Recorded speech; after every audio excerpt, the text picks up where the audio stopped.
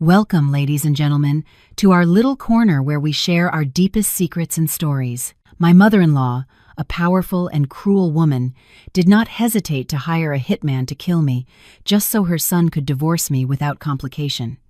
But she never imagined that I would turn her plan against her, faking my own death only to return and trap her with the very same depraved butcher she had hired. And when my spineless husband opened that fateful door, the horrifying scene within made his face drain of all color as he collapsed in shock. How did this bitter tale of revenge unfold in all its detail? You are invited to listen to the full story. I remember that fateful night, as if it were yesterday. A late-season New York storm raged outside, the rain lashing against the panoramic windows of the penthouse, creating a mournful, howling sound as if weeping for my fate. Inside, the air was colder and more suffocating than the storm itself. I stood there, my hands clenched tightly on my simple white apron, my head bowed, not daring to look at anyone. Before me, a lavish dinner I had spent all afternoon preparing expensive, gourmet dishes sat steaming on the table, untouched. Seated around the polished mahogany dining table were unfamiliar but powerful faces. They were important business partners of my husband, Kevin Davenport, and they sat in attendance. At the head of the table sat not my husband, but my mother-in-law, Victoria.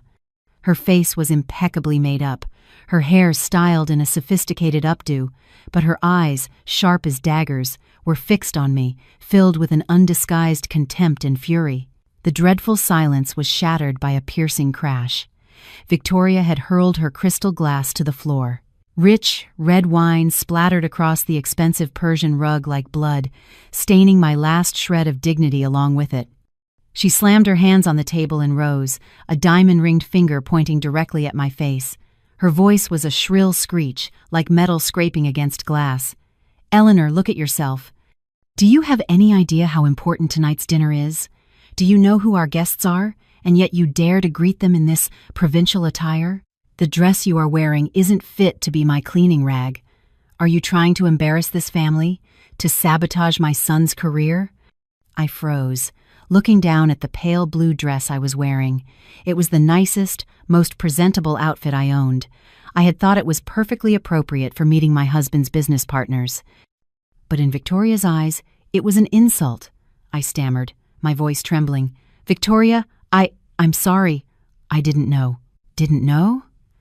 Victoria sneered, a chillingly cold smile on her lips. "What does someone of your background know? You're only good for slaving away in the kitchen, cooking your simple little meals. I've told Kevin countless times, marrying you would only hold him back. Look, everyone, take a good look. This is my daughter-in-law. Does she look like she belongs with my son?" All eyes in the room turned to me. There was curiosity, pity, and even some mocking glances. My face burned hot, and a ringing started in my ears. I felt like a criminal on public trial. I glanced at my husband. Kevin was sitting there, his face pale, head bowed, his hands clasped tightly under the table. He didn't dare look at me, nor at his mother. He managed only a weak, mumbled plea. "Mom, stop it. We have guests." "So what if we have guests?" Victoria snapped, turning on her son. "It's precisely because we have guests that I must say this, to let everyone see your foolish choice. Look at your wife, and then look at yourself. A young, promising director with a brilliant future, and you marry an orphan. No family connections, no education to speak of, completely useless to your career, nothing but a leech. You are a disgrace to this family." Her words were like knives, stabbing straight into my heart. I bit my lips so hard I tasted blood, trying to keep from crying out. The physical pain was nothing compared to the wound in my soul. No education? I graduated with top honors from a prestigious university. Useless to his career? The entire business plan that helped his company survive the last recession, the breakthrough marketing ideas that landed him major contracts, all of it was from me, from my sleepless nights of work. But I never took credit. I was content to be the silent shadow behind his success, happy in his achievements. I had naively believed that as long as he was successful, as long as our family was happy, my sacrifices were worthwhile. But I was wrong. In my mother-in-law's eyes, I would forever be nothing more than a girl from the wrong side of the tracks. And my husband, the man I loved and supported with all my heart, now sat in silence like a coward, letting his wife be humiliated. The party atmosphere was utterly ruined. The guests, looking uncomfortable, stood up one by one, making excuses before leaving. The vast living room was soon empty, leaving only the three of us and a silence as heavy as a tombstone. When the door closed behind the last guest, Kevin finally dared to lift his head. He didn't look at me, but at his mother, his voice filled with reproach, yet laced with fear. "Mom, why did you do that? They're important partners of mine. How am I supposed to face them now?"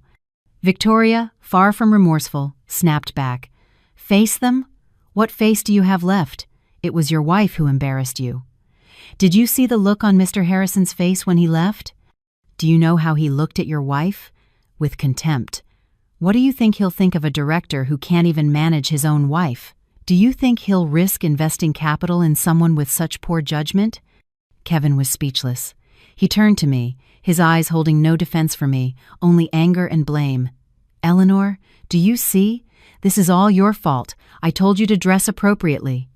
I was stunned. So, in his eyes, the fault wasn't with his mother, who caused the entire scene, but with me, with my dress. I let out a bitter, tear-filled laugh. My clothes? What was wrong with them? What did I do wrong? I was just being myself. Or would you have preferred I dress up in expensive designer labels, caked in makeup, a fake persona like all those other women out there? "How dare you talk back?" Kevin shouted, pointing at me. "Look at yourself.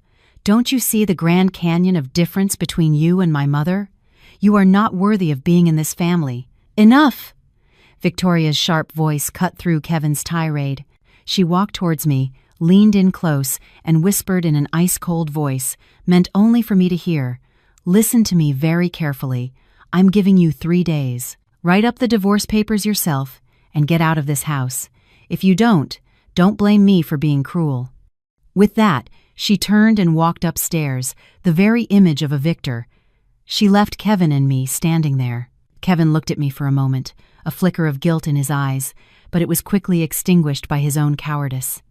He sighed, then silently retreated to his study, slamming the door shut as if to escape it all. I was left alone in the cold living room, amidst the now cold dinner and the shards of the broken crystal glass, a perfect mirror of my shattered heart. That night, I couldn't sleep. I curled up on the living room sofa, hugging my knees, tears falling silently. I couldn't believe the marriage I had worked so hard to build for 3 years could end so cruelly. I loved Kevin. I loved him so much. But was that love enough to hold on to a man who no longer wanted to be by my side? A man who always put his mother before his wife? Around 2 a.m., as I was lost in a fog of sorrow, I heard the faint creak of my mother-in-law's bedroom door opening. I flinched, quickly wiping my tears, holding my breath to listen. I heard her soft footsteps descending the stairs and stopping in the living room. She must have thought I was asleep in my room. Peeking through a gap in the sofa cushions, I saw Victoria standing by the window, dialing a number on her phone.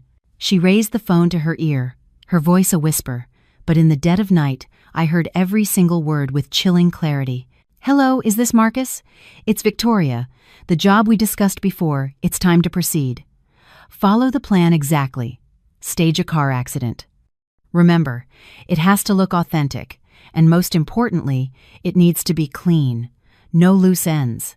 The price is not an issue." My heart stopped. An accident. Clean. No loose ends. The words were like sharp needles piercing my brain. She didn't just want me to divorce her son. She wanted me to disappear from this world forever. A shiver ran down my spine. I trembled uncontrollably, not from the cold, but from sheer terror. The woman I had called Mom for 3 years was plotting to murder me. The midnight phone call from Victoria was a death sentence hanging over my head. 3 days. I had only 3 days to decide my fate. But in reality, I had no choice at all. She wasn't giving me a choice. She was issuing an order. This luxurious penthouse, which I had once naively called home, had now become an invisible prison, and the warden was none other than my mother-in-law. I dragged my heavy feet back to the bedroom, my body exhausted but my mind stretched taut like a violin string. I didn't dare to cry, not daring to show any weakness. I knew that in this house every emotion of mine was under surveillance. Any tear would be seen as feeble resistance, only serving to delight Victoria further. I closed the bedroom door, locked it, and leaned against the cold wood, slowly sliding to the floor. Only in the privacy of this small space did I allow fear and despair to consume me. Murder me. Those two words echoed in my head, cold and merciless. What had I done wrong? I had tried to be a good wife, a devoted daughter-in-law. I gave up my career, my friends, my very self to dedicate my life to this family. And what did I receive in return? My husband's betrayal, my mother-in-law's humiliation, and now a cold-blooded murder plot. I looked around the elegant bedroom, once the sanctuary for Kevin and me. Everything in it, from the cream-colored curtains and the soft wool rug to our wedding photos hanging prominently on the wall, had been chosen by me. In the photos, we were smiling happily. Kevin held me tightly, his eyes filled with adoration. Was that smile, that look, all a lie? Or had his love for me truly died, buried under ambition and weakness? I remembered our early days of marriage. Kevin had been a good husband then. He would come home early to help me cook, and on weekends we would go to the movies or for walks in the park. He said he loved my simplicity, my pure soul. He said he was lucky to have married me. Were those sweet words, those caring gestures, just part of an elaborate play to deceive me? But then, as his company grew, as he was promoted and praised, he changed. He came home later, the number of social functions increasing.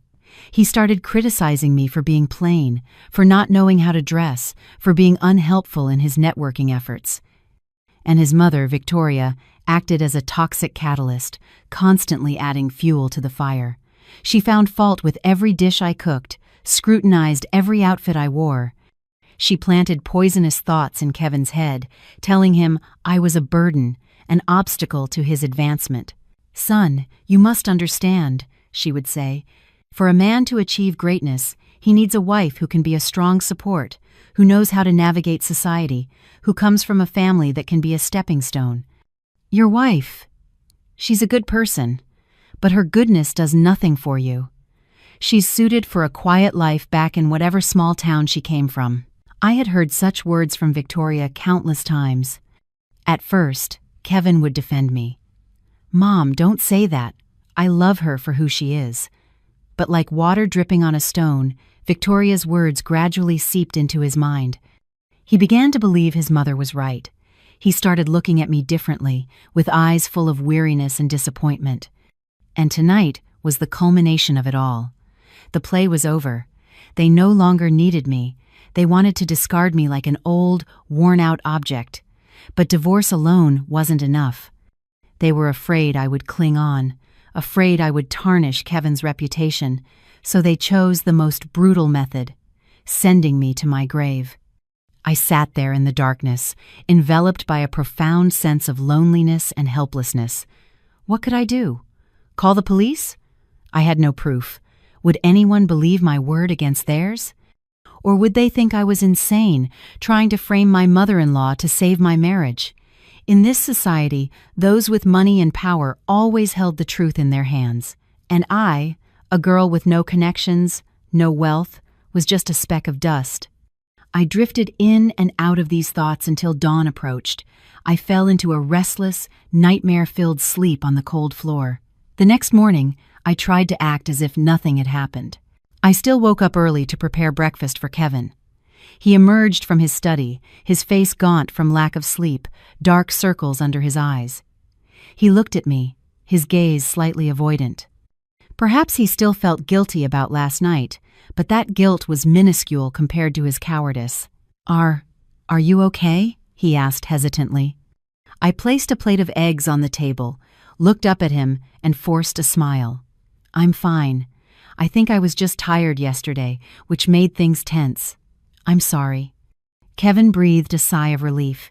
He was always like that, always wanting to avoid problems. My apology gave him the perfect excuse not to face the truth. "Good. I'm glad you're okay," he said, then sat down and ate his breakfast quickly. "I have an important meeting today. I'll probably be late." I watched him in silence, a bitter feeling rising in my chest. He was still living his life, pursuing his career, completely unaware that his mother was planning to murder his wife. Or perhaps he knew and chose to ignore it. The thought made me shudder. Victoria did not appear all day. She locked herself in her room, perhaps to avoid me, or perhaps to finalize her wicked plan. I was alone in the house, but I felt as if countless invisible eyes were watching my every move. I tried to clean the house, water the plants, do anything to keep my mind occupied, but fear hung over me like a dark cloud. In the afternoon, while cleaning the living room, I heard the phone ring from Victoria's room. Normally, I would have paid it no mind, but today, a dark premonition urged me on. I tiptoed upstairs and pressed my ear to her door. Victoria's voice was faint, but I could make it out. "How is it, Marcus? Is everything ready?" "Good. Remember, tomorrow at 9 a.m. Sharp. She'll be at the market on Astoria Boulevard. Just run the truck recklessly and hit her straight on. Make sure to hit her from behind to make it look like a typical traffic accident. Once the job is done, the money will be transferred to the usual account." My body went rigid. So, tomorrow was my judgment day. The slaughterhouse had been prepared, and I was the lamb, trembling, waiting to be butchered. Her plan was so detailed, so cruel. She even knew my daily routine. She was leaving me no chance of survival. But there was one thing she hadn't counted on. This lamb, no matter how weak, would not go silently to its death. When cornered, even a lamb will fight back. A crazy, yet singular idea sparked in my mind. She wanted me dead? Fine. I would die for her, but my death would be the beginning of her downfall.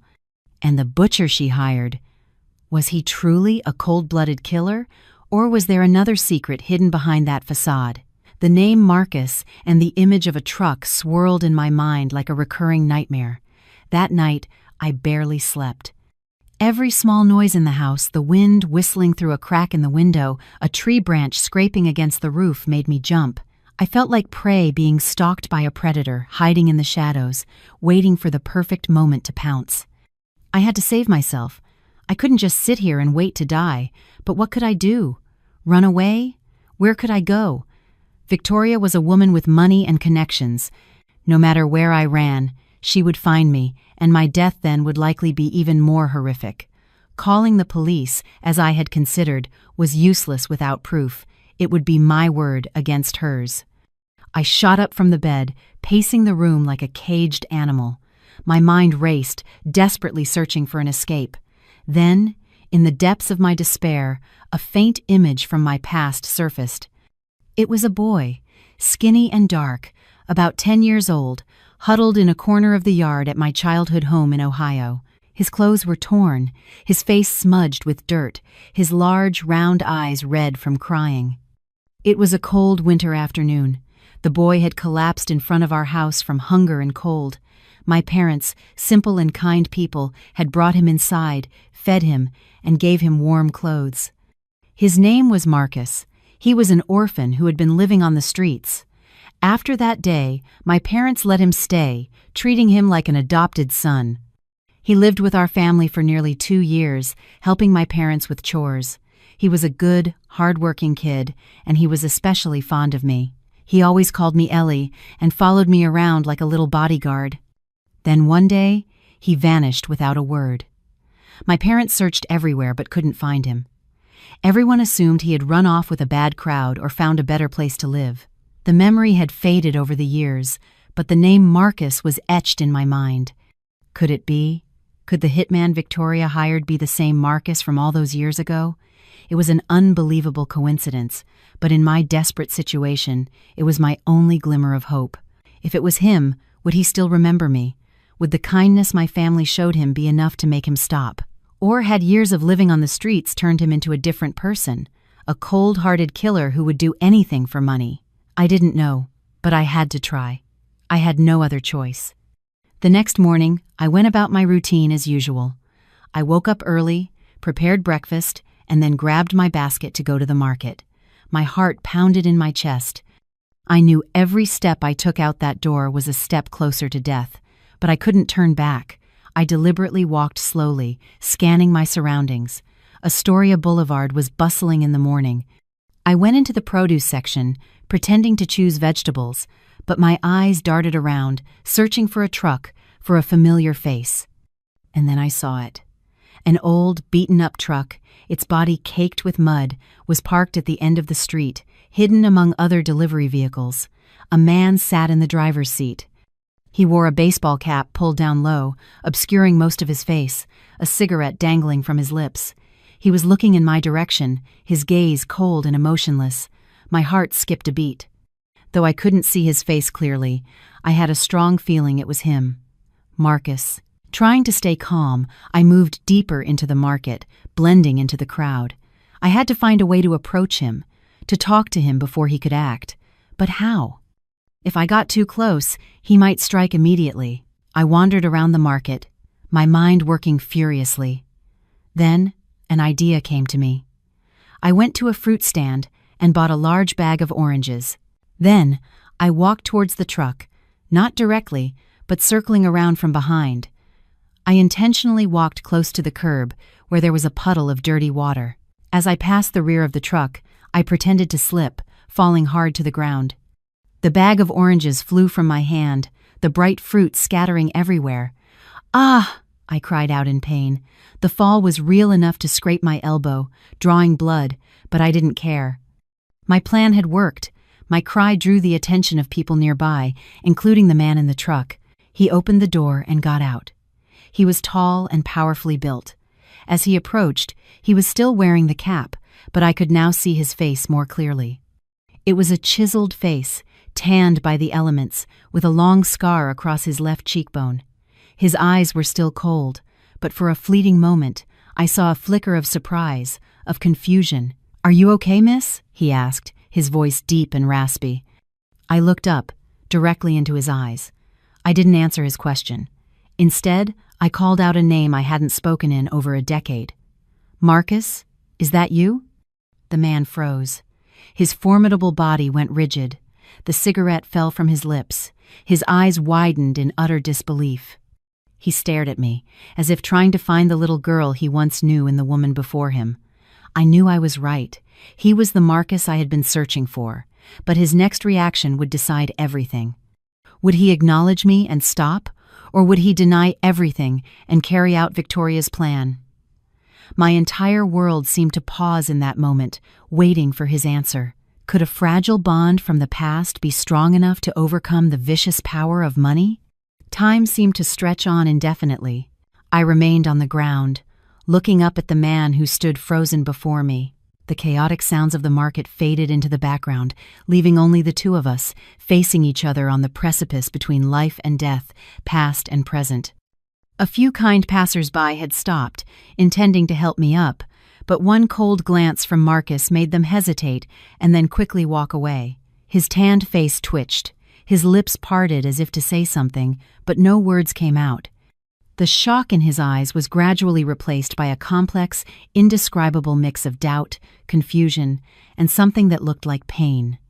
He took a step back, turning his face away as if to avoid my gaze.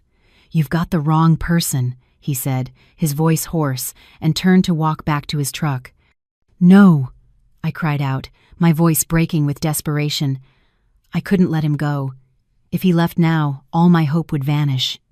Gritting my teeth, I pushed myself up, ignoring the shooting pain in my ankle from the fall. I grabbed his arm, an arm as solid as steel. "I'm not mistaken. It's me, Eleanor, Ellie. Don't you remember? That winter, if it weren't for my parents, you would have frozen to death on the street. Have you forgotten the meals, the clothes my mother gave you?" Every word I spoke was like a needle pricking at his dormant memories. I felt his shoulder tremble. He didn't turn back, but he didn't pull his arm away either. I knew he was wavering. "Marcus," I continued, my voice softening, thick with emotion, Where have you been all these years? My parents and I searched everywhere for you. We were so worried. Why are you here? Why are you doing this kind of work? How much did that woman pay you to kill me?" My final question struck him like a sledgehammer. He spun around, no longer avoiding my eyes. In their dark depths, I no longer saw the coldness of a hitman, but the tormented conflict of a trapped man. You know everything?" he stammered. I nodded, tears finally streaming down my cheeks. "I heard it all. She wants me dead so her son can divorce me." "Marcus, why you? How could you bring yourself to harm someone who once saved you?" Marcus bowed his head, his large hands clenching into tight fists, knuckles turning white. I have no choice," he said, his voice laced with bitterness. "I owe her a great debt. If I don't do it, not only me, but my family, they will be in danger." "A debt? What do you owe her?" I asked, astonished. "She's a monster, a devil in disguise. You can't work for her. You don't understand." Marcus growled, then lowered his voice, filled with helplessness. "She saved my life once. In this world, a blood debt must be paid with blood. I can't defy her." I was stunned. So there was a complicated bond between them. But I couldn't give up. "What about the debt you owe my family, the life my parents saved? Is it worth less than your blood debt to her?" Marcus was silent. My words had hit his weakest point. He stood there, a mountain of a man who, in that moment, seemed more fragile than ever. He was caught between two debts, one of life, one of blood, one to a benefactor, one to a ruthless employer. He had to choose, and his choice would determine my fate. I knew I couldn't force him. I could only hope that the sliver of conscience he had left, the humanity of the young boy from years ago, would conquer the demon inside him. "Marcus," I said, my voice gentle but firm, "I'm not asking you to choose. I'm just asking you to think carefully. If you harm me today, you might repay your debt to her, but you will incur another one, a debt to your own conscience, and that debt will follow you for the rest of your life." With that, I let go of his arm. I didn't plead or cry anymore. I turned and limped away, gathering the scattered oranges. I left him alone with his internal battle. I had done all I could. The rest was up to fate. I had only taken a few steps, my heart in my throat, when I heard his voice call out from behind me, stopping me in my tracks. "Ellie!" I slowly turned around. Marcus was standing there, his baseball cap now removed. His dark hair was cut short, his face weathered but resolute. He looked at me, the conflict in his eyes replaced by a steely determination. I won't hurt you," he said, each word spoken with conviction. "But I can't defy her either. If I don't do it, she'll just hire someone else, and then I won't be able to protect you." My heart, which had been crushed by 1,000-pound weight, was suddenly released, but his next words plunged me into a new anxiety. "Then, what do we do?" I asked, my voice filled with confusion. Marcus glanced around, then came closer, lowering his voice to a whisper. "There's only one way. You have to die. We'll stage the accident, make it look real. You'll disappear for a while. Only when she believes you're dead will she stop, and during that time, I'll find a way to gather evidence to bring her down." I was shocked by his audacious plan, faking my own death. It was an enormous gamble, but in this situation, it was the only path to survival. "But how? It's too dangerous." "Trust me," Marcus said, his eyes filled with sincerity. "I know how to do this, but I'll need help. Do you have anyone you can trust? Someone who can handle things after you've disappeared?" Instantly, a name popped into my head. Daniel Miller, my only close friend from college, a brilliant and sharp lawyer. I hadn't contacted him in 3 years, ever since I married Kevin, to avoid any jealousy, but I knew that if I called, he would help me without question. "Yes," I nodded. "I have a friend. He's a lawyer." "Good," Marcus said. "Tonight, 8 p.m., at the Wooden Mug Cafe at the end of Z Street. You and your friend meet me there. We'll plan the details. Now go home, act normal. Don't let her suspect anything. Leave the rest to me." With that, Marcus quickly got into his truck and drove off, disappearing into the heavy traffic. I stood there, watching him go, my mind a whirlwind of emotions. The gates of hell had just closed, but another door, one full of uncertainty and danger, was creaking open. In this game of life and death, I was no longer a pawn. I was a player, and I had to win. Returning from the market, my heart was heavy, but a spark of hope had been ignited. Marcus's plan was insane and risky, but it was my only lifeline. The first thing I needed to do was contact Daniel. 3 years was long enough for things to change. Would he even remember me? Would he be willing to put himself in danger to help me? I gathered my courage and dialed the number I still had saved deep in my contacts. The phone rang, each ring echoing for what felt like an eternity. My heart hammered against my ribs. "Hello?" A familiar, warm male voice answered. It was him. "Dan?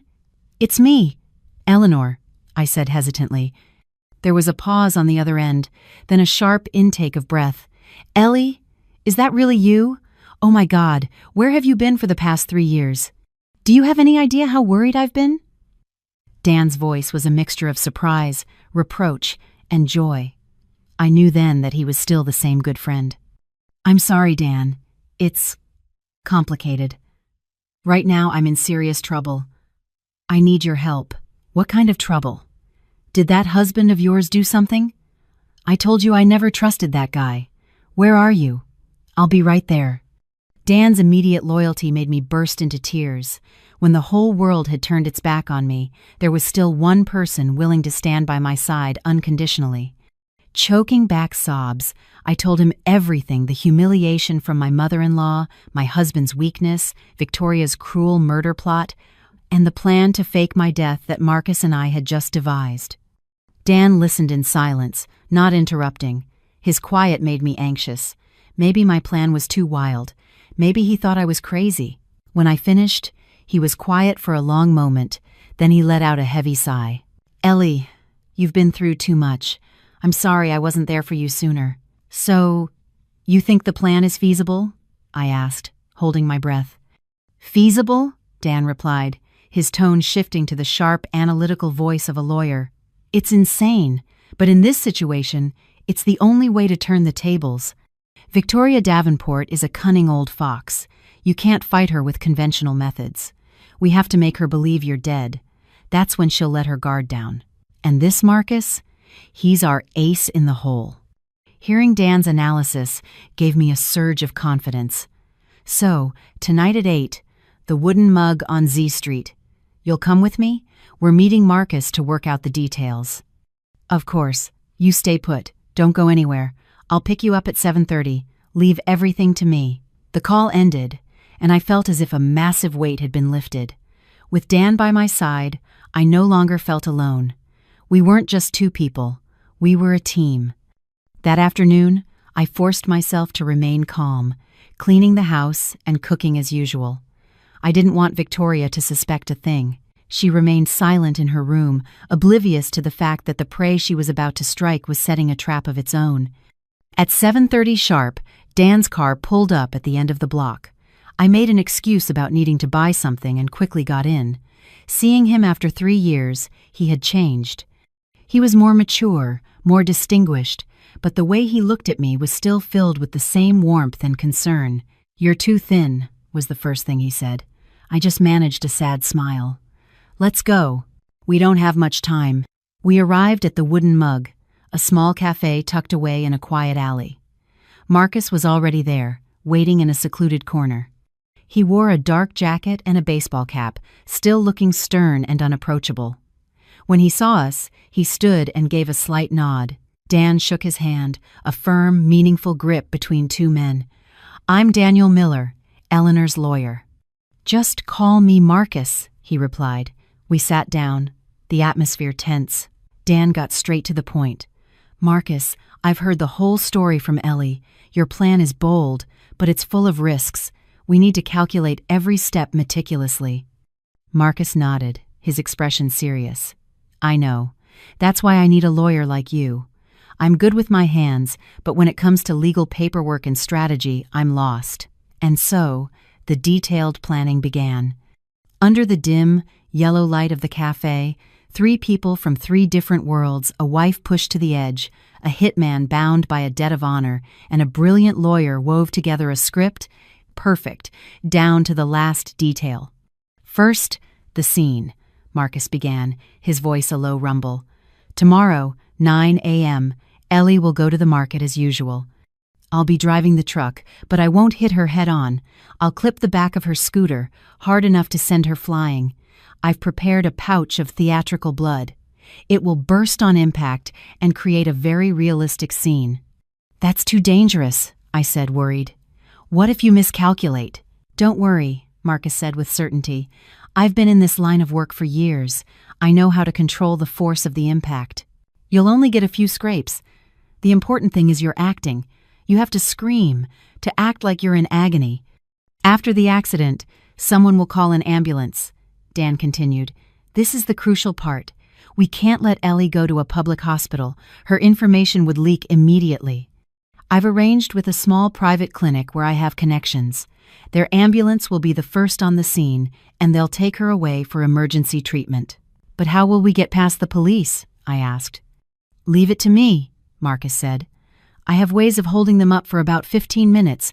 That's enough time for the ambulance to get you away. Once at the clinic, Dan went on, the doctor will declare that Ellie suffered severe head trauma and didn't make it. They'll issue a death certificate. It's a forgery, of course, but it will be enough to fool Victoria initially. The body will be taken to the morgue. Marcus nodded. And that's where I come in again. I'll pose as a relative coming to claim the body.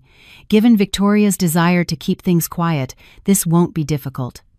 I'll say the family wants to take you back to your hometown for burial. To not trouble the Davenports, I'll bring an empty casket. Meanwhile, Ellie, you'll be snuck out of the clinic through a service exit and taken to a safe place by my people. Where? I asked. An old apartment building on the outskirts of the city. Dan answered. I've already prepared it. It's discreet. No one will notice you. You'll stay there for a while, with absolutely no contact with anyone except me and Marcus. The plan was laid out with meticulous precision, leaving no room for error. From creating the fake scene and evading the police to forging a death certificate and hiding me away, everything was perfectly calculated. I listened, both terrified and impressed. These 2 men, one with the cold logic of a lawyer, the other with the street smarts of a criminal, had created an unbelievable plan. As for Victoria, Marcus said, his eyes glinting, after you die, she'll be ecstatic. And when people are at their happiest, they are at their most careless. That's when we'll make our move. How? We'll blackmail her, Dan said with a cryptic smile. We'll pretend to be someone who knows the truth about the accident, someone who has video of her transaction with Marcus. We'll demand a large sum of money. She won't dare call the police, and she'll have to come to the meeting point alone. And that meeting point, Marcus added, will be the place of her final judgment. Hearing this, I couldn't help but shudder. This plan was more ruthless than I had imagined, but I had no other choice. Victoria had pushed me to this. I was no longer the meek Eleanor of the past. I was a woman fighting for her life, and in this fight, there was no room for mercy. The meeting ended. Before we parted, Marcus looked at me and said, Ellie, tomorrow, just trust me. I owe your family a life. This time, I'll pay it back. His words moved me deeply. I knew I had not just a friend, but a brother by my side, ready to protect me. That night, I returned to the penthouse, my heart no longer filled with fear, but with a cold resolve. The life or death drama was about to begin, and I was ready for the greatest performance of my life. The dawn of the next day felt different. The sunlight brought no warmth, only an unusual chill. I awoke not with fear, but with a strange and unnerving calm. Like a soldier before battle, all emotions were suppressed, leaving only intense focus. I looked at myself in the mirror. The woman staring back had dark circles from a sleepless night, but her eyes were bright and determined. Today, I would die. And today, I would be reborn. I went through my morning routine as programmed, preparing breakfast, ironing Kevin's shirt. He emerged, still looking tired and distant. He had no idea this would be the last breakfast I would ever make for him. He had no idea the wife he had grown to resent was about to disappear from his life forever. "Going to the market again today?" Kevin asked casually as he ate. His question made my heart leap, but I quickly regained my composure. "Yes, we're out of groceries," I replied, my voice steady. "Okay, be careful," he said. Then he stood up, grabbed his briefcase, and left for work. No hug, no goodbye kiss. Our 3-year marriage ended with that one indifferent sentence. I watched his back as he walked away, a complex mix of pain, disappointment, and also relief, swirling within me.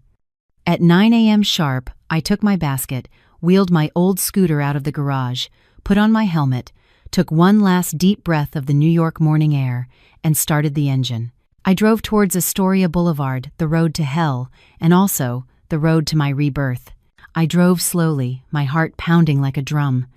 I glanced in the rearview mirror and saw it, Marcus's truck, following me at a safe distance. Everything was proceeding according to the script. As I turned onto a quieter side street, I knew the time had come. I gripped the handlebars, my palms slick with sweat. Crash! A horrifying sound erupted from behind me. A powerful impact threw me and my scooter forward. I flew through the air and landed hard on the asphalt, my head spinning, the world turning upside down. The scooter lay mangled a few feet away, its wheels still spinning. I lay on the hot pavement, a sharp pain shooting through my shoulder and knee, but I couldn't pass out. I had to stay conscious. I had to act. Help. Help me, I moaned, my voice weak. A warm, sticky liquid began to pool beneath me. It was the pouch of theatrical blood Marcus had prepared. It had burst, creating a gruesome pool of red around me. The scene was horrific. A few pedestrians saw what happened and screamed. A crowd started to gather. "Oh my God, an accident! Call 911! That poor woman, she's bleeding so much!" Marcus got out of the truck, his face a mask of panic and fear. His acting was flawless. He ran to my side, knelt, and said with a trembling voice, "Miss, are you okay? I didn't mean to. The brakes failed." People glared at him with contempt. "Brakes failed? You were speeding. Call an ambulance. What are you standing there for?" Everything was going according to plan. Amidst the chaos, a private ambulance, its sirens blaring, screeched to a halt. 2 paramedics in white uniforms jumped out with a stretcher. They were Dan's people. Make way, let us work." They professionally pushed through the crowd, performed a quick assessment, and carefully loaded me onto the stretcher. "Patient has multiple traumas, possible head injury, significant blood loss.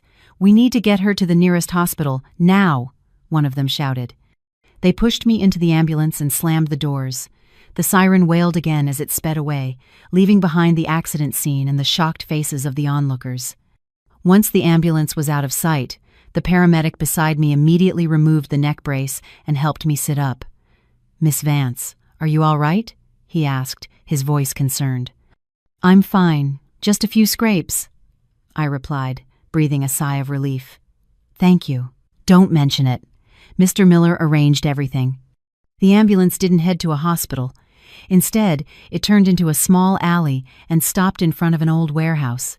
The doors opened, and Dan and Marcus were waiting. "Ellie, are you okay?" Dan rushed over, his face etched with worry. "I'm fine," I reassured him. Marcus came closer, his expression still tense. "Is everything at the scene under control?" Dan asked him. "It's handled." Marcus nodded. "The police arrived, but I managed to delay them with a few tricks. They won't suspect a thing. Now I have to go back and finish my role as the remorseful driver." "Be careful," I said. Marcus gave me a slight nod and left. "You, get inside and change," Dan said, pointing to a set of clean clothes. "Then my people will take you to the safe house. Remember, from this moment on, Eleanor Vance is dead. You have to live under a different identity. Do not show your face." I nodded. I followed a woman into the warehouse. When I emerged, I was a different person. My long hair was hidden under a baseball cap, and I wore baggy men's clothes. The woman led me out a different exit to a waiting car, which sped off into the city, carrying me to a strange new world. Meanwhile, At the private clinic Dan had arranged, another act of the play was unfolding. The doctor informed the police that, due to her severe injuries, Eleanor Vance had not survived. A death certificate was issued. The news of my death was quickly relayed to my family. I couldn't imagine how Kevin and Victoria would react. Victoria, undoubtedly, would be gloating. Her dream of getting rid of me had come true. As for Kevin, would he feel even a shred of sorrow? Or would he, too, breathe a sigh of relief, finally unburdened? What would his reaction be when faced with the death of the wife he had just abandoned? In the director's office of Davenport Holdings, Kevin Davenport sat frozen in his high-back leather chair. The phone lay on the desk, the call from the clinic having ended minutes ago. "We regret to inform you, Mr. Davenport, your wife, Eleanor Vance, did not survive her injuries following the accident." The doctor's words echoed in his head, cold and cruel. Dead. Eleanor was dead. He couldn't believe it. Just this morning, she was there, bustling in the kitchen, making him breakfast. Just this morning, she had looked at him with such sad, disappointed eyes. And now, she was gone. A terrifying emptiness enveloped him. He didn't cry. He just sat there, motionless, staring blankly into space. He didn't know what he was feeling. Was it grief? Regret? A paralyzing shock? The door burst open and Victoria rushed in, her face a mask of alarm, but a flicker of ill-concealed joy danced in her eyes. "Kevin, I heard. The girl. Was she really in an accident? How tragic. Such a wretched fate." She rushed to his side, placing a hand on his shoulder in a gesture of feigned comfort, but the tears rolling down her cheeks looked utterly fake. Kevin said nothing. He gently pushed his mother's hand away and walked to the window, looking down at the bustling traffic below. He felt like he was suffocating. "Mom, please don't say anything. I want to be alone," he said, his voice hoarse. Victoria was taken aback by her son's coldness, but quickly resumed her sorrowful expression. "I know you're grieving, son. My heart is broken too. She was my daughter-in-law, after all. But you mustn't let this grief affect your health. Leave the funeral arrangements to me. You're the head of this company. You can't afford to fall apart now." She turned to leave, a smug smile briefly touching her lips. The plan had worked perfectly. The thorn in her side was finally gone. Now her son was free to marry a woman of status, a woman who could elevate his career to new heights. The next day, a small funeral was held. Marcus, playing the part of Eleanor's long-lost cousin from out of state, informed them that the family wished to take her body back to her hometown for a traditional burial. Victoria and Kevin, of course, had no objections. They wanted the matter concluded as quickly as possible. Kevin stood before the empty casket in a black suit, his face devoid of expression. He didn't shed a single tear. People whispered around him. Some called him cold-hearted, showing no sadness for his recently deceased wife. Others thought he was simply too shocked to cry. Only Kevin knew the truth. He couldn't cry because his heart was a chaotic mess of conflicting emotions. He felt guilt and remorse. He remembered his harsh words, his cowardly silence as his mother insulted her. If he hadn't treated her so poorly, maybe she wouldn't have died such a tragic death. But alongside the guilt, he also felt a sense of release. Yes, release. He no longer had to face her sad eyes every day. He was no longer torn between his mother and his wife. He was free. Eleanor's death, though painful, had opened a new path for him, a future his mother had meticulously planned. After the funeral, Kevin's life seemed to return to normal. He went to work, attended social events. The only difference was the cold emptiness of the penthouse. There was no one waiting for him at night, no one to prepare him a hot meal. Sometimes, in the dead of night, he would instinctively call out her name, "Ellie, can you get me a glass of water?" before jolting back to the reality that she was gone. Victoria, on the other hand, was openly cheerful. She began redecorating the house, throwing out all of my belongings as if to erase any trace of my existence. She even started a campaign to find Kevin a new wife. "Kevin, darling, you must meet the daughter of the chairman of Sterling Properties. Her name is Tiffany. She's beautiful and brilliant. I've arranged for you to meet her this weekend." "Mom, my wife just died," Kevin said, annoyed. "So what?" Victoria brushed it off. "The dead are dead. The living must move on. You can't mope around forever. You have to think about your career, your future. Tiffany will be the perfect partner for you." Under his mother's pressure, Kevin eventually agreed to the meeting. He had no feelings for the girl, but he didn't protest. He allowed his mother to arrange his life, becoming a puppet on her strings. His life drifted on in a haze of guilt and emptiness. Until one night, as he sat alone in his study, trying to bury himself in work, he saw something small and shiny under his desk. He bent down and picked it up. It was a small button, shaped like a tiny white daisy. He recognized it instantly. It was from a pair of pajamas Eleanor loved. It must have fallen off without her noticing. He clutched the button in his hand, and a memory flooded back. He had been working late.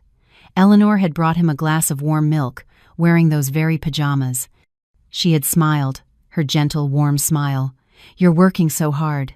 Drink some milk," he remembered snapping at her. "You're so annoying." "I'm busy. Don't bother me." She had quietly put the milk down and left, her shoulders slumped in defeat. Thinking back now, he realized how cruel he had been.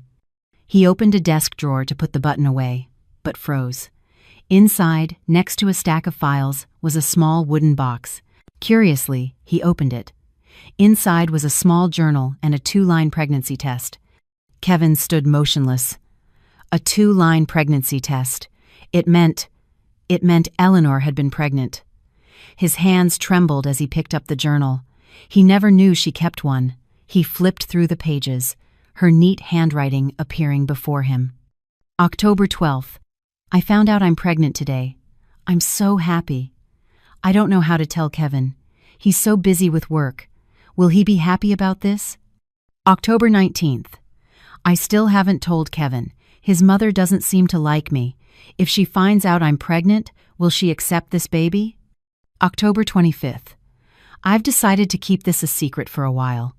I'll wait until Kevin's work settles down, then I'll tell him. My baby, please grow up strong and healthy. Mommy will protect you. Kevin's whole body shook as he read. He was going to be a father, he had a child, and he never knew, and now both his wife and his child were gone. An overwhelming wave of pain and regret crashed over him, squeezing his heart. What had he done? He had indirectly killed his wife and his unborn child. He slammed his head on the desk. For the first time since Eleanor's death, he wept, gut-wrenching, belated sobs of bitter regret. But he had no idea that somewhere else, the wife he thought was dead was watching everything. His tragic drama had only just begun, and the price he and his mother would have to pay would be far greater. In the old apartment building on the outskirts of the city, I sat in front of a laptop, watching Kevin's every move through a micro camera I had secretly placed in his study long ago. I saw him break down, saw the belated agony and regret on his face, but my heart felt nothing. What good were his tears now? Could they bring my child back to life? Could they erase the wounds he and his mother had inflicted on me? No, it was too late. He looks pathetic, crying like that, Daniel said, sitting beside me, sipping his coffee with a cynical air. Typical weak man, only knows what he had when it's gone. I closed the laptop. Let's not talk about him. How is our plan progressing? Everything is ready, Dan said, his expression turning serious. Marcus has gathered enough information on Victoria's shady business dealings, and I've drafted the first blackmail letter. The bait is set, we're just waiting for the big fish to bite. The next day, an unmarked envelope was secretly placed at the door of the Davenport penthouse. Inside was a memory card and a handwritten note with scrawled words. Watch this. If you want to keep quiet, don't call the police. Curious, Victoria inserted the memory card into her computer. A short, shaky, blurry video, filmed from a distance, appeared on the screen. It showed her meeting Marcus in a deserted cafe, handing him a thick stack of cash. The audio was unclear, but the visual was undeniable. Victoria's face turned pale. She trembled as she ejected the card, her heart pounding. Who filmed this? Had that Marcus character betrayed her, or had a third party been watching?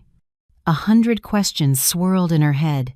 Just then, her phone pinged with a new text message from an unknown number. "I know what you did. Your daughter-in-law's accident was no accident. I have all the proof. If you don't want your world to come crashing down, your son's reputation ruined, and yourself rotting in a prison cell, then get $2 million ready. Tomorrow night, 10 p.m., bring the money to the old meatpacking plant on the west side, and remember, come alone. If I see a single cop, this video will be on the front page of every newspaper by morning." Victoria's body shook with rage and fear. $2 million. It wasn't a small sum, but compared to her family's honor and her son's future, it was nothing. Who was this person who dared to blackmail her? She gritted her teeth, her mind racing. Calling the police was too risky. This person had made the threat clear. Hiring her own thugs to handle it was also a bad idea. They might just turn on her and blackmail her further. Ultimately, she decided to handle it herself. Who was she? She was Victoria Davenport, a woman who had navigated the cutthroat business world for decades. There was nothing she couldn't handle. She assumed this blackmailer was just some small-time crook trying his luck. She would go to the meeting, but not to hand over the money. She would teach this person a lesson. The next evening, Victoria prepared the money. She took out a large sum, but only a fraction was real cash. The rest was fake, cleverly layered with a few real bills on top. She packed it all into a black briefcase. For protection, she concealed a small knife and a can of pepper spray in her handbag. She was ready for a confrontation. She drove alone to the abandoned meatpacking plant, following the address from the text. The road was bumpy and flanked by desolate fields. The car's headlights cut through the misty night, illuminating a scene straight out of a horror movie. The old plant loomed before her like a giant, sleeping monster, its brick walls stained, its metal roof rusted. The faint, foul stench of decay and old blood hung in the air, making her shudder. But her arrogance and confidence overrode her fear. She took the briefcase, got out of the car, and walked straight inside. The heavy iron door creaked ominously before slamming shut behind her. It was pitch black inside, save for a few weak moonbeams piercing through holes in the roof. Victoria turned on her phone's flashlight, scanning the area. Iron hooks dangled from the ceiling, cold stone butchering tables stood like altars, and dark puddles of an unknown liquid covered the floor. The damp, cold, and sickeningly sweet smell of rot made her feel nauseous. "Is anyone here?" she called out, her voice trying for firmness. "I brought the money. Come and get it." The only reply was the echo of her own voice. A seed of unease began to sprout. Was this a trap? She backed away, turning to leave, but the iron door was locked from the outside. In a panic, she pounded on it. "Open the door! Who the hell is playing games with me? Open up!" But it was useless. Just then, a sinister, cackling laugh echoed from a dark corner of the plant. "Heh heh heh, you came? Very brave." Victoria jumped, spinning around and pointing her flashlight towards the sound. A figure slowly emerged from the shadows. He was tall and burly, wearing a leather apron stained with dark, reddish-brown blotches. In his hand, he held a massive meat cleaver, its blade gleaming in the flashlight's beam. Half of his face was obscured by shadow, but his smile was unmistakable, a wicked, depraved, and deathly grin. This was no ordinary blackmailer. This was a butcher, a real one. Victoria froze, her entire body trembling with fear. The knife and pepper spray she had brought suddenly seemed like children's toys against the gleaming cleaver and the man's imposing figure. Who are you?" she stammered. The butcher didn't answer. He just licked his lips, raising the cleaver to eye level, admiring its sharp edge. "Your skin looks soft," he said, his voice a horrifying, raspy drawl, probably much easier to cut through than a pig's hide. Victoria let out a terrified scream, stumbling backward until her back hit a cold wall. She had walked right into a trap, a perfect trap, and tonight she was not the hunter, she was the prey. Victoria felt an icy chill crawl up her spine.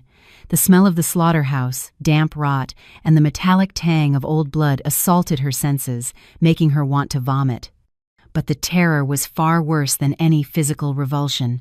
The man before her wasn't a blackmailer. He was a demon clawed up from the depths of hell. The crazed light in his eyes, the grotesque yellow-toothed grin. He wasn't looking at the briefcase full of money she clutched to her chest.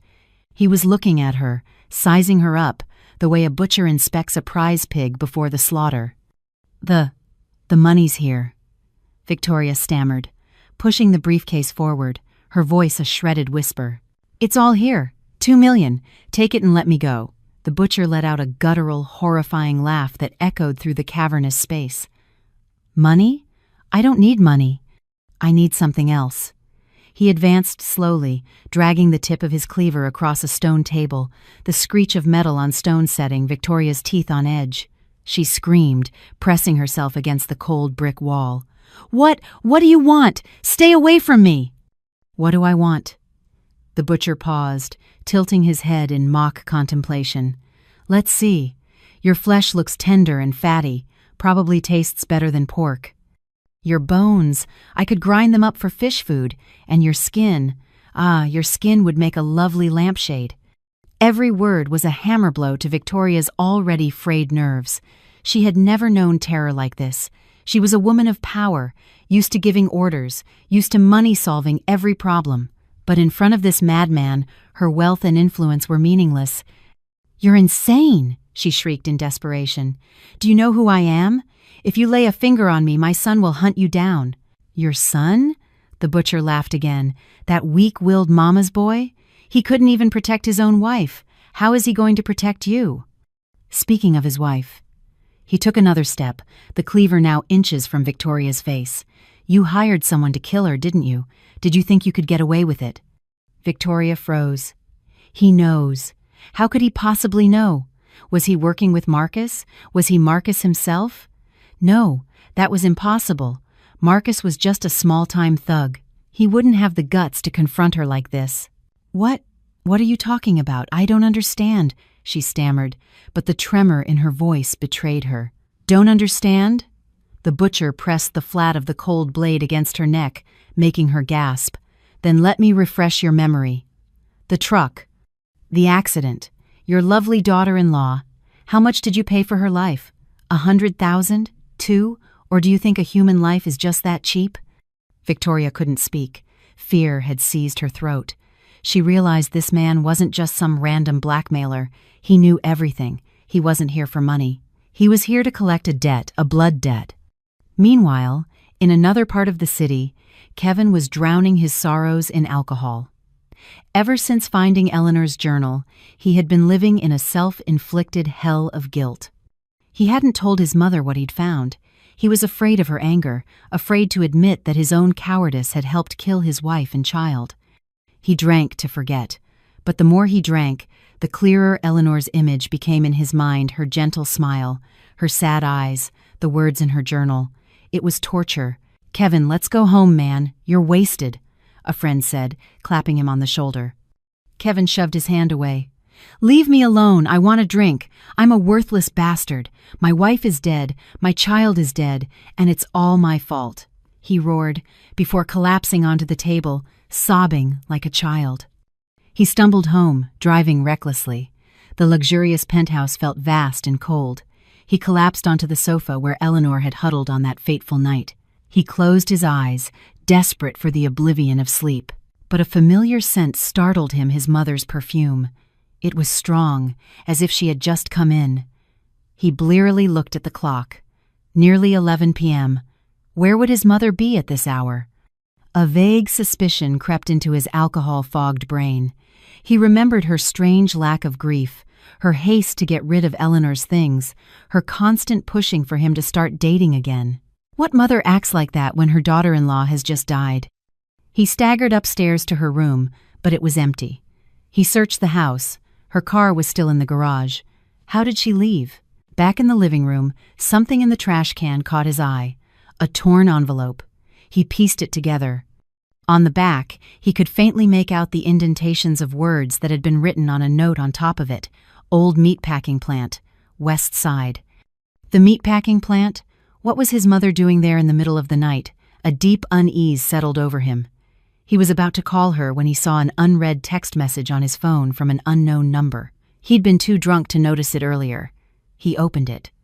"If you want to know the truth about your wife's death, and if you want to save your mother, come to the old meatpacking plant on the west side, but don't call the police. You're not so innocent yourself, you spineless son." Kevin felt a jolt, as if struck by lightning. The truth about Eleanor's death, save his mother? And why did this person say he wasn't innocent? Questions swarmed his mind. There was no time to think. Kevin bolted from the house, got in his car, and sped towards the west side, towards an unknown fate and a truth more terrible than he could ever imagine. As Kevin's car screeched to a halt in front of the desolate building, the adrenaline had completely sobered him. He burst through the iron doors, and the scene that greeted him shattered his world. His mother, Victoria, was a crumpled, pathetic figure in the corner. Her expensive clothes were ruined, her face a mess of tears and terror, her eyes vacant and broken. She was no longer a queen but a cornered animal, stripped of all dignity. "Mom!" he cried, starting towards her, but froze. In the center of the room stood Marcus, no longer playing the part of a madman. He was calm, his arms crossed, his expression like ice. "You!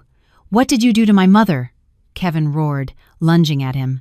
Marcus effortlessly deflected the blow. "Calm down, pretty boy," he said, his voice flat. "I haven't touched her. You should ask what she planned to do to your wife." He gestured with his chin towards Victoria. "Go on, ask her if your wife's accident was really an accident. Ask her how much she paid me to kill her." Kevin stared at his mother. She shook her head frantically. "No, he's lying, Kevin. Don't believe him." But her panicked eyes told the real story. The horrible truth crashed down on Kevin. "Mom, is it true?" he whispered, pleading for it to be a lie. Did you kill her?" Victoria's only answer was a broken sob. The silence was her confession. Kevin's world imploded. His mother, the woman he revered, was a murderer. And the victim was his wife, the mother of his unborn child. "Why?" he screamed, the sound echoing with pure agony. "Why would you do that?" "For you!" Victoria shrieked back. "I did it all for you. She wasn't good enough. She was holding you back. Good for me?" Kevin laughed, a wild, tear-soaked sound. "You killed my wife. You killed your own grandchild. You're not my mother. You're a monster." He staggered back, lost in a storm of grief and betrayal. Then, from the deepest shadows of the slaughterhouse, a figure emerged, stepping into a lone moonbeam. She wore a simple white dress, her face serene, but her eyes were cold as ice.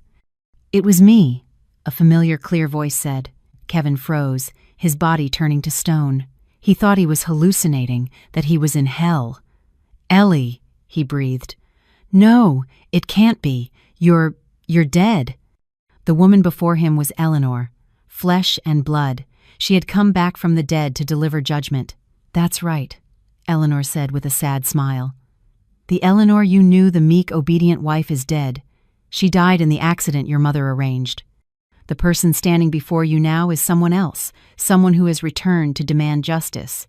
Kevin's mind reeled. A frantic joy surged through him. She was alive. But it was immediately crushed by an even greater fear. If she was alive, then all of this, the accident, her death, this scene, was it all her plan? You tricked me," he stammered. "Why?" "Tricked you?" Eleanor's laugh was brittle. "Compared to your mother hiring a man to murder me, does my little deception even register? I did this so you would see, Kevin. So you would see the true face of the mother you always defended. So you would see how your silence and your weakness nearly got me and your child killed." The words, "your child," were the final, fatal stab. Kevin collapsed to his knees on the filthy floor, unable to meet her gaze. He finally understood. He wasn't a victim. He was an accomplice. I'm sorry," he sobbed. "Ellie, I'm so sorry. I was wrong. Please forgive me. Can we start over? I swear I'll protect you. I'll make it up to you and the baby." "The baby?" she said, her voice devoid of warmth. Where were you when your mother was plotting to kill us? You were silent, Kevin. Your silence was the sharpest knife of all. It killed my love, and it killed my trust." She looked at him, her eyes showing no flicker of her old affection. "Get up, Kevin. It's over." She then turned her gaze to Victoria. "And for you, the play is finished. Now, you pay the price." As if on cue, the iron doors opened again.